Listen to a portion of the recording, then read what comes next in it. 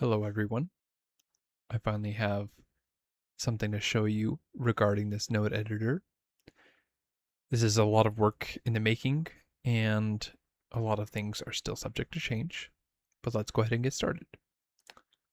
So this little test suite I built here is to be able to install LM sensors into a server straight from this node editor.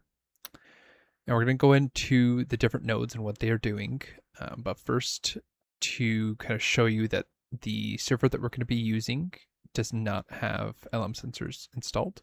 I'm just going to go ahead and copy this command here. We're going to go enter into the shell,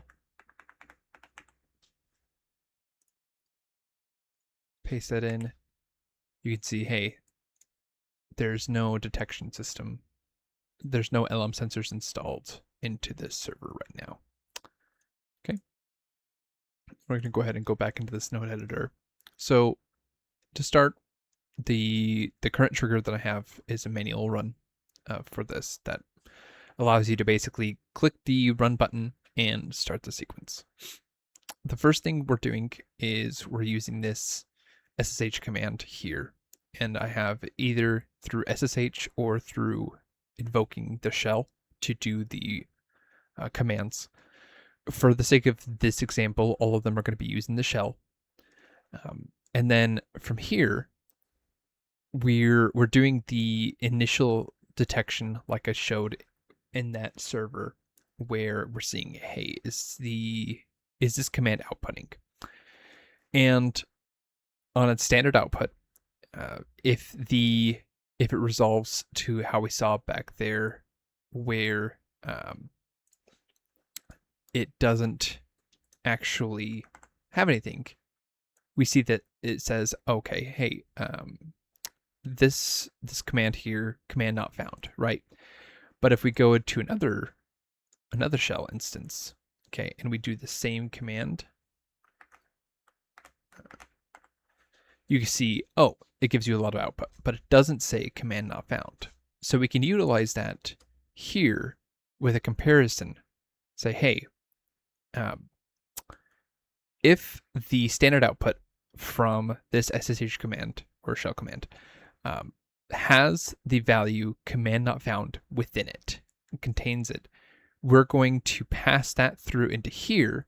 This is just an inspector right here, but it ends up being passed right through to this branch, which is an if then node.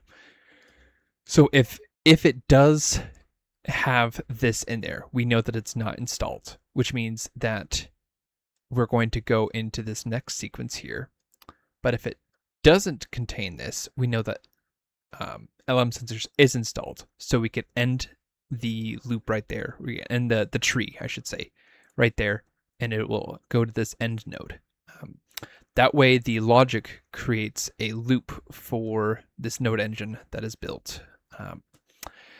And then, because we're not done yet, if this is found, if this is true, so then we can go through the next bit here. You go through the next command. We're going to install LM sensors, run the sensor detect, write the patch to be able to display the LM sensor info onto the Proxmox web UI, and then restart the PVE daemon.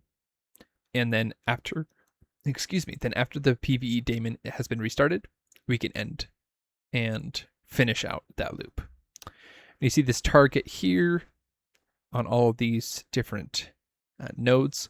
They all are going down to this node here, which I could either have it be where it's just hooked up to the get servers node, which will do all servers. But utilizing the select servers node, I can say I want to use this dev2, which is for the example, the one that we've been seeing that does not have LM sensors installed.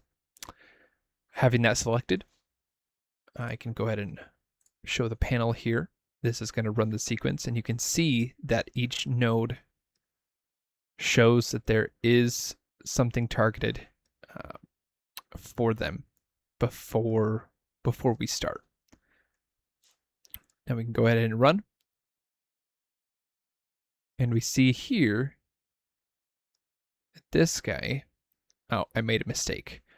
And this is part of my my development here. This command not found is actually an error output, not part of the standard out right there.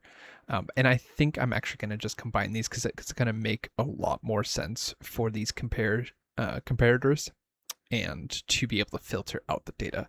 But for this example, we'll just go ahead and change that up and go ahead and start up this again. And we see it highlights, I have this highlighting where the path is going. And so you can see here the latency or the time it takes for each command to complete. And then for my development, I have these inspector nodes. And so we can see that in each output, what they actually are showing. And so we can see here that when we do the apt install -ylm sensors, we're getting that installation information showing through. It's downloading the package, installing the package. And then in this inspection here, after we are doing the sensor detect auto, we can see it is detecting any sensors that are available. Now, this server is in a VM, so there's not going to be a lot that's being detected, but that is where that's showing there. Then on the right path right there, it's just releasing or just returning a Boolean. It was able to overwrite that file, so it returns true. And then right here, it also just returns a bool.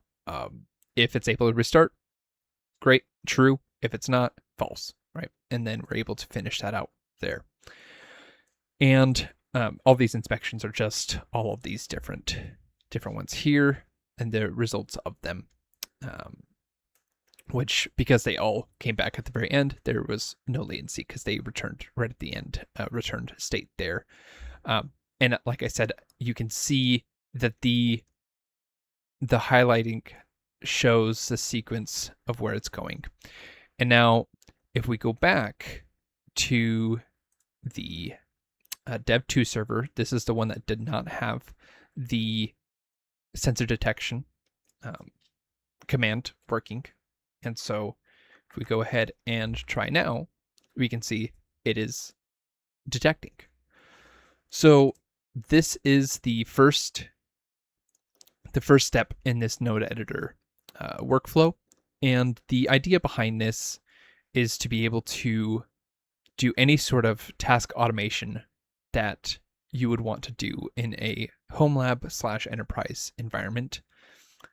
This is the first step that I have taken in terms of testing these different features. One of the other ideas that I have for it is being able to handle some high availability tasks and some other interesting tricks that, as I get them more built, I'll share with them, share with you all the different changes and different additions that are coming with this. But that's it for now. If you have any thoughts, opinions, questions, comments, please let me know, and I will see you next time.